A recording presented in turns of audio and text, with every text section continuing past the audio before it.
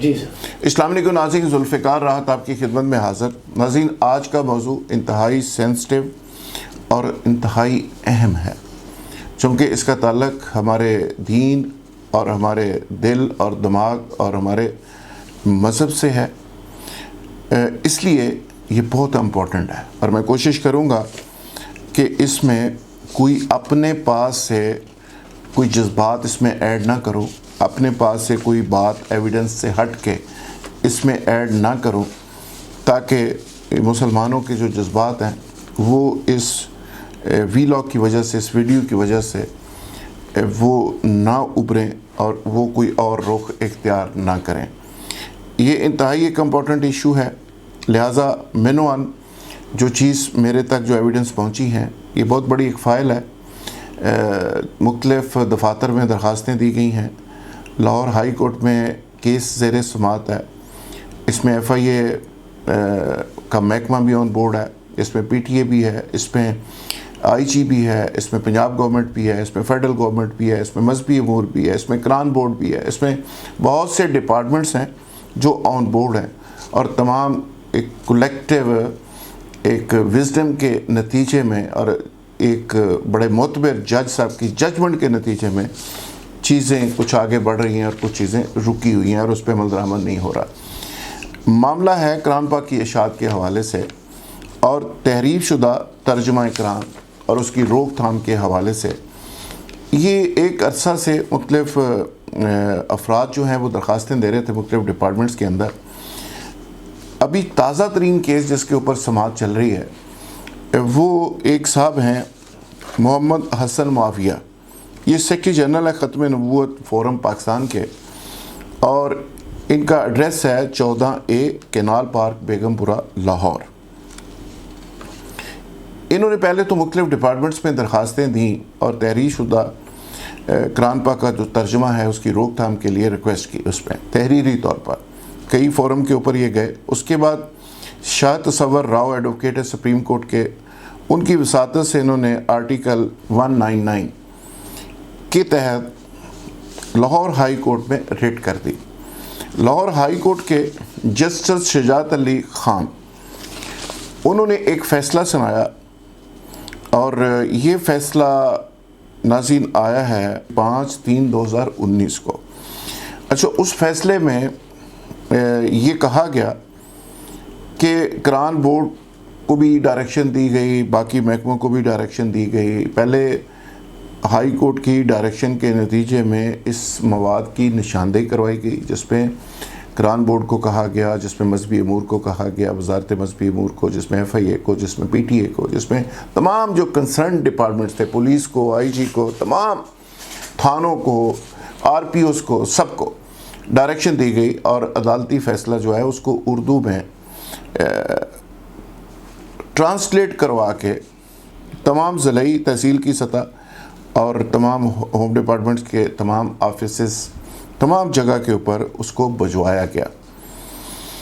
और उसके नतीजे में चीज़ें सामने आ गई और बहुत सारा मवाद ऐसा था जिसकी निशानदेही हो गई।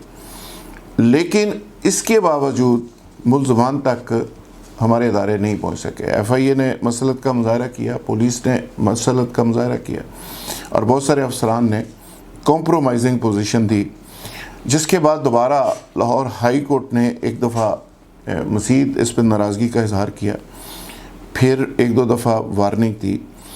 आज तारीख थी दोबारा, आज की तारीख में जज साहब ने तो बहुत ज़्यादा अफसरान को खींचा और उन्होंने कहा है कि मंडे को चीफ मिनिस्टर को इन पर्सन अदालत में बुलवाया जाएगा, IG साहब को बुलवाया जाएगा और बाकी लोगों से पूछा जाएगा कि इस पे अमल दरामद क्यों नहीं हो रहा।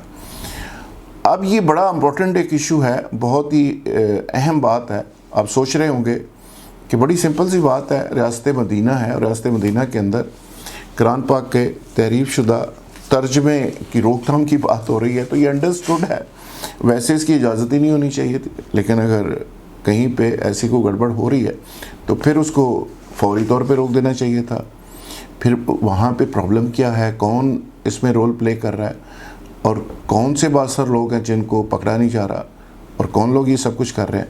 देखें, इस पर PTI ने भी निशानदेही कर दी, अदालत के हुक्म पर FIA ने भी कर दी, साइबर क्राइम ने भी कर दी, बाकी मुख्तलिफ अदारों ने भी निशानदेही कर दी, पुलिस ने इवन कर दी कि जी फ़लाँ जगह पे फ़लाँ लोग ऐसे हैं जो ये सब कुछ कर रहे हैं। अच्छा, उसमें मैं चूँकि बड़ी एहतियात का मुजाहरा करते हुए कुछ लोगों के नाम हैं मेरे पास जो पुलिस की रिपोर्ट है और अमल दरामद, अदालती फ़ैसले पर अमल दरामद के लिए स्पेशली जो रिपोर्ट पुलिस की आई, जो FIA की आई, जो तमाम रिपोर्ट्स वो भी मेरे पास मौजूद हैं। लेकिन मैं जानबूझ के उनका नाम नहीं लेना चाह रहा, लेकिन आप समझ गए होंगे कि जमात अहमदिया की तरफ इशारा है और कहा जा रहा है कि उनकी NGO के एक सरबराह हैं और उनका एड्रेस भी दिया गया है। और फिर कहा जा रहा है कि तर्जुमा अल कुरान के नाम से प्रिंटिंग हो रही है। सारा मवाद जो है ज़ियाउल इस्लाम प्रिंटिंग प्रेस, नुसरत प्रेस और दीगर गैर रजिस्टर्ड प्रेसों से छपवा कर, प्रिंट करवा कर तकसीम किया जा रहा है और उसको पढ़ाया जा रहा है और उसको बांटा जा रहा है। दर्स कुरान के नाम से कहा जा रहा है कि मुख्तलिफ जगह के ऊपर तहरीर शुदा कुरान पाक का तर्जुमा और उसकी कापियाँ प्रिंट करवा के तकसीम की जा रही हैं। अच्छा, मुख्तलिफ जगह के ऊपर कहा जा रहा है कि इसकी नाजायज़ तौर पे प्रिंटिंग की जा रही है, चूँकि बड़ा सेंसिटिव और हसास मसला है, ये हर जगह प्रिंट नहीं हो सकता। इस पर कई लोगों की निशानदेही की गई है, लेकिन जो अलार्मिंग सूरत हाल है, जो इम्पोर्टेंट चीज़ है, जो अहम बात है, वो ये है कि IG साहब भी बेबस हैं और FIA भी कार्रवाई करने से ग्रेज़ा है, जिसकी वजह से अमल दरामद के हवाले से अदालत ने कई बार तवज्जो दिलाई, IG साहब को कहा, FIA को कहा कि जी आप मुल्ज़मान की निशानदेही हो गई है, कई कापियाँ सामने आ गई हैं, प्रिंटिंग के सबूत मिल गए हैं, सोशल मीडिया पे स्प्रेड करने के सबूत मिल गए हैं, सारा मवाद मिल गया है। तो अब निशानदेही हो गई, अदारों ने किसी हद तक काम कर दिया, अब एग्जीक्यूशन होनी थी, अमल दरामद होना था, अमल दरामद नहीं हो रहा। FIA मुल्ज़मान को नहीं पकड़ रही। DPO चनियोट कहता है जी मैं क्या करूं जी, वो बड़े बड़े स्कॉलर्स हैं जी, एक कम्युनिटी का मसला है जी, मैं पकड़ूंगा तो फिर मसला खड़ा हो जाएगा। तो आज अदालत में DPO साहब, बाकी अफसरान सबको बुलवा के उनकी बहुत खौफनाक तरीके की सरजनिश की गई और कहा गया कि अगली तारीख जो मंडे को है उसमें चीफ मिनिस्टर साहब भी आएंगे और उनको भी पूछा जाएगा कि भाई ये क्या हो रहा है और क्यों हो रहा है और इसका हल है क्या। नाज़रीन, इसमें जो PTA की तरफ से एक बड़ा लंबा चौड़ा जवाब आया है जो इसका फ़ाइल का हिस्सा है और ये